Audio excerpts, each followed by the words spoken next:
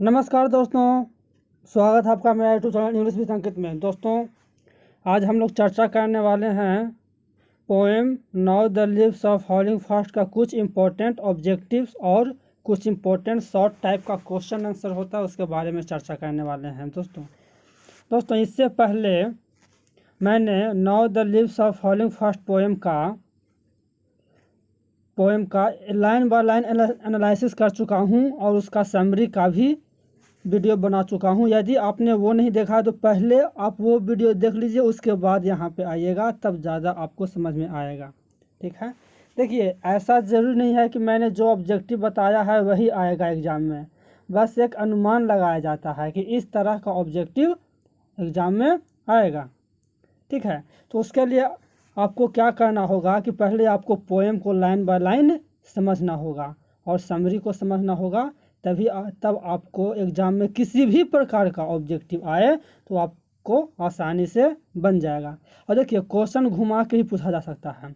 जैसे कि देखिए पहला क्वेश्चन है कि who is the poet of now the leaves of falling fast.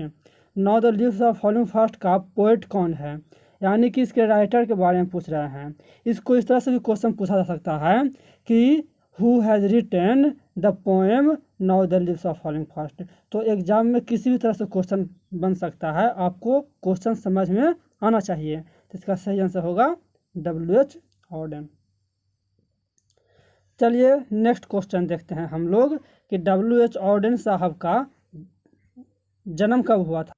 तो इसका सही आंसर होगा 1907 ईस्वी में इसका जन्म हुआ था और मृत्यु डाई हुए थे 1973 ईस्वी में। तो ये आपको याद रखना है।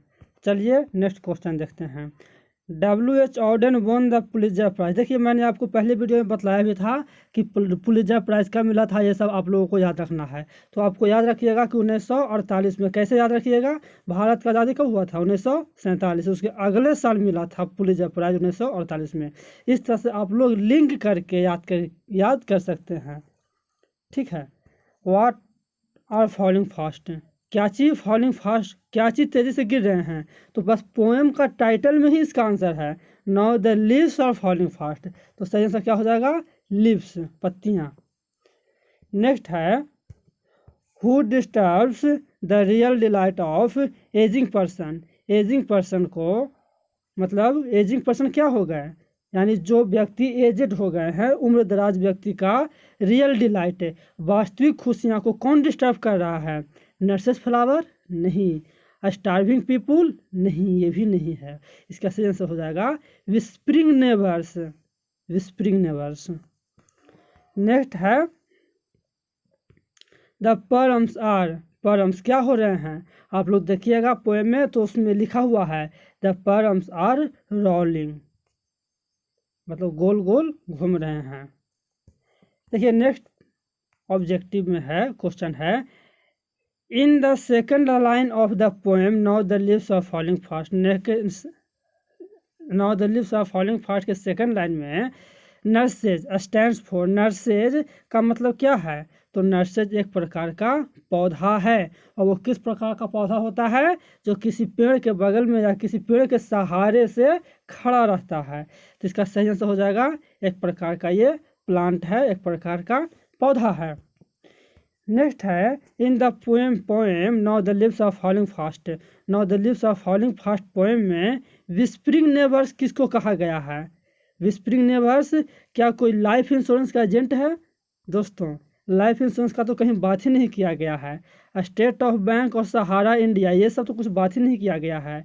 इसका सही आंसर होगा एजेंट ऑफ डेथ, मौत के सौदागर हैं। ठीक है, चलिए नेक्स्ट क्वेश्चन है trolls mention in the poem now the leaves of falling fast. Now the leaves of falling fast में एक ट्रॉल्स का जिक्र किया गया है, चर्चा किया गया है। ठीक है, तो ये ट्रॉल्स है वो कहाँ का, कौन सा देश का माइथोलॉजिकल क्रिएचर है। अब देखिए माइथोलॉजिकल क्रिएचर क्या होता है, एक प्रकार का ये प्राणी होता है जिसको वेदों पुराणों में चर्चा किया गया है। तो उसका सही आंसर हो जाएगा स्कैंडिनेवियन मैथोलॉजिकल क्रिएचर है। अब देखिए इसका सही आंसर आपको कहाँ मिलेगा, तो जहाँ पे आपको ट्रॉल्स दिया हुआ है, आप बुक में देखिएगा, आपके पास बुक होगा तो ट्रॉल्स दिया हुआ है आपके चौथे लाइन स्टेंजा के दूसरे लाइन में ट्रॉल्स दिया हुआ है, और ट्रॉल्स को आपका बुक में ट्रॉल्स आपको हाईलाइट किया गया है, बोल्ड में लिखा हुआ है। और जब उस ट्रॉल्स को आप वर्ड मीनिंग में देखिएगा, बुक में ही वर्ड मीनिंग में, तो वहाँ आपको लिखा हुआ मिलेगा विग्ड एंड अगली क्रिएचर इन स्कैंडिनेवियन माइथोलॉजी, वहाँ आपको मिल जाएगा। ठीक है, तो इसके लिए आप लोग बुक से सहारा ले सकते हैं इसका सही आंसर जानने के लिए। ठीक है, चलिए हम लोग नेक्स्ट क्वेश्चन देखते हैं। Now the leaves of falling fast, now the leaves of falling fast ये किस प्रकार का पोएम है? तो ये है पेसिमिस्ट कम ऑप्टिमिस्टिक, एक प्रकार का ये पोएम है। फॉर ऑर्डेन, ऑर्डेन साहब के लिए पोएट्री क्या होता था? तो पोएट्री एक सीरियस गेम होता था। जब हम लोग ऑर्डेन साहब की जीवनी के बारे में पढ़ रहे थे तो उसमें लिखा हुआ था कि for Auden's poetry was a serious game, उनके लिए सीरियस चीज होता था। Now the leaves of falling fast, now the leaves of falling fast क्या है, किस प्रकार का पोएम है? तो क्या ये ओड है? नहीं। अब मैं बतलाता हूँ कि ओड क्या होता है। तो ओड एक प्रकार का पोएम होता है जिसमें किसी चीज़ का प्रशंसा किया हुआ होता है। अब बताइए, now the leaves of falling fast में किसी चीज़ का प्रशंसा तो नहीं किया गया है। सोनेट क्या होता है? तो सोनेट एक 14 लाइन की कविता होती है, पोएम होती है। और जब आप now the leaves of falling fast का लाइन गिनिएगा तो उसमें 25 लाइन है। इलेजी क्या होता है? इलेजी होता है दोस्तों जो किसी के मृत्यु पे लिखा जाता है। ठीक है, जैसे आप लोग एक पोएम आगे पढ़िएगा, आगे आप लोगों को एक पोएम पढ़ना एन एपिटाफ, वो एक इलेजी है। क्यों? क्योंकि एक महिला के मृत्यु के बारे में बतलाया गया है, मरने के बाद लिखा गया है। तो ना तो ओड है, ना तो सोनेट है, ना तो सोनेट है और ना ही इलेजी है। तो सही आंसर क्या होगा? सही आंसर हो जाएगा लिरिक, एक प्रकार का लिरिक है।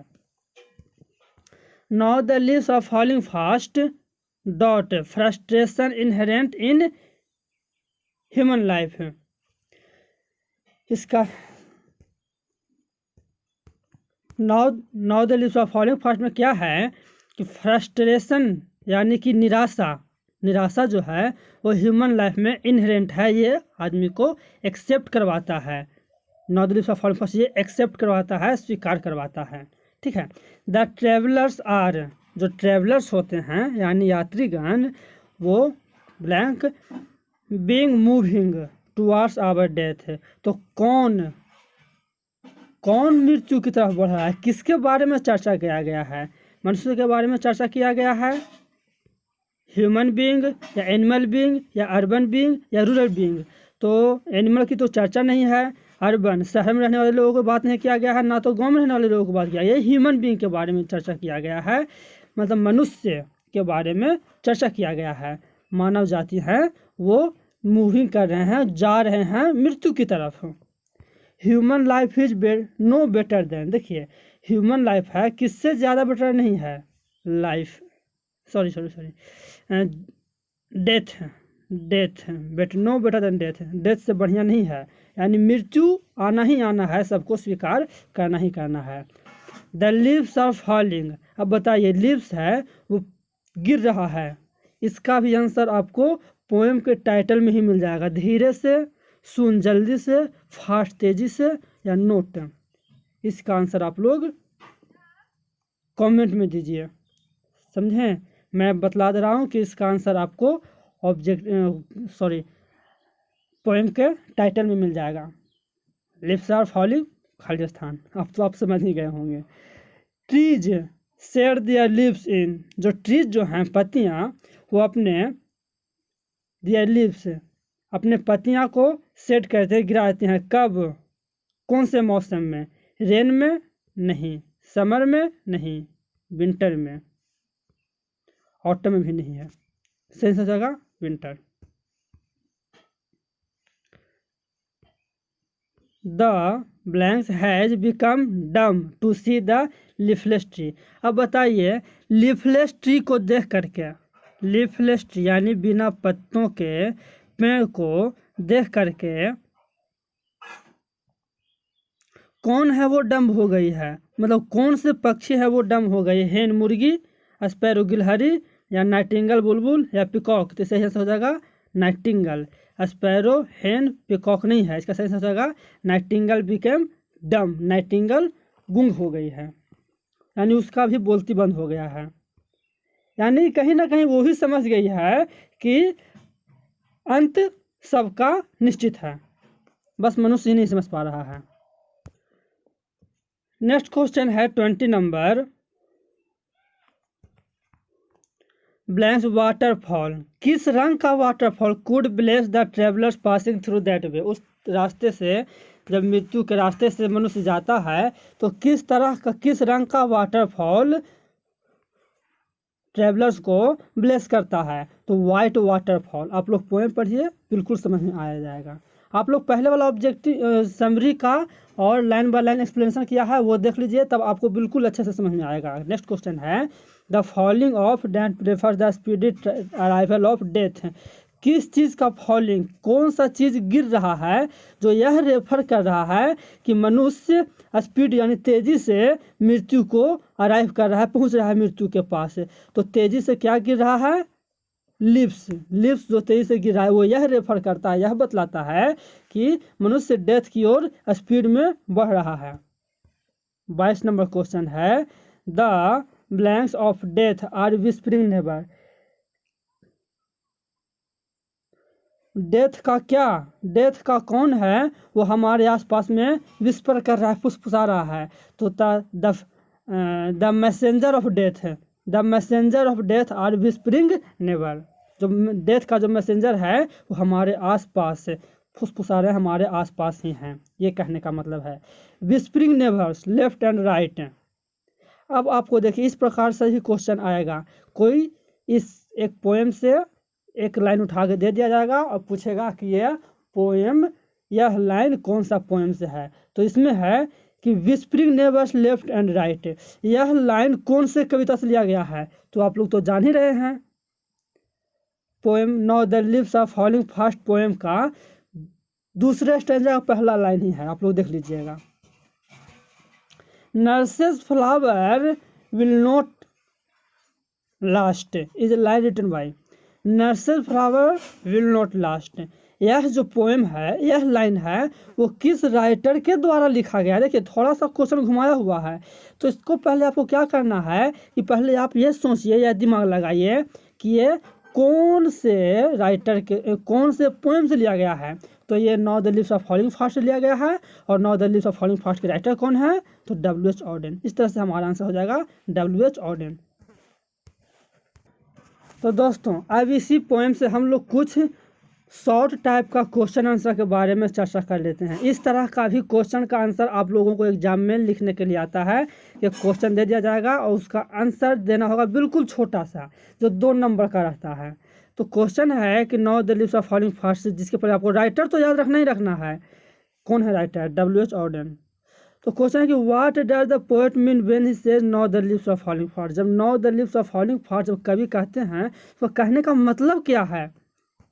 तो देखिए when the poet says now the leaves are falling fast, it means, इसका मतलब यह है कि men are moving fastly toward their death, मनुष्य हैं, मेन की जगह पे आप लोग पीपुल भी कर सकते हैं, पर्सन्स भी कर सकते हैं, ह्यूमन बींग्स भी कर सकते हैं, कोई दिक्कत की बात नहीं है। वो जो है आर मूविंग फास्टली, वो तेज़ी से जा रहे हैं मृत्यु की ओर, मृत्यु की ओर, ठीक है।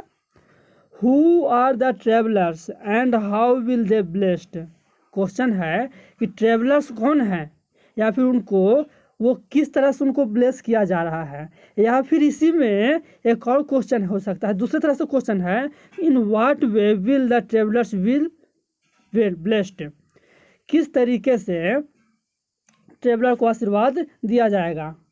तो इसका आंसर है the travellers are human being, travellers human being हैं, and they will blessed when they die, और जब वे मरेंगे तभी उनको ब्लेस होगा, तभी उनको मुक्ति मिलेगा, तभी उनको आशीर्वाद मिलेगा, किसके द्वारा, वाइट वाटरफॉल, वाइट वाटरफॉल, ठीक है। Who are the whispering neighbours. अब देखिए क्वेश्चन है कि विस्परिंग नेबर्स कौन है, तो the whispering neighbours are the agent और मैसेंजर ऑफ डेथ। वो मृत्यु के मैसेंजर है, मृत्यु के एजेंट हैं। And they are always around us, और वो हमेशा और हमेशा हमारे आसपास घूमते रहते हैं। तो दोस्तों ये था हमारा now the leaves of following fast का कुछ ऑब्जेक्टिव, इंपॉर्टेंट ऑब्जेक्टिव और इम्पोर्टेंट शॉर्ट टाइप का क्वेश्चन आंसर। तो ठीक है, थैंक्स फॉर वॉचिंग।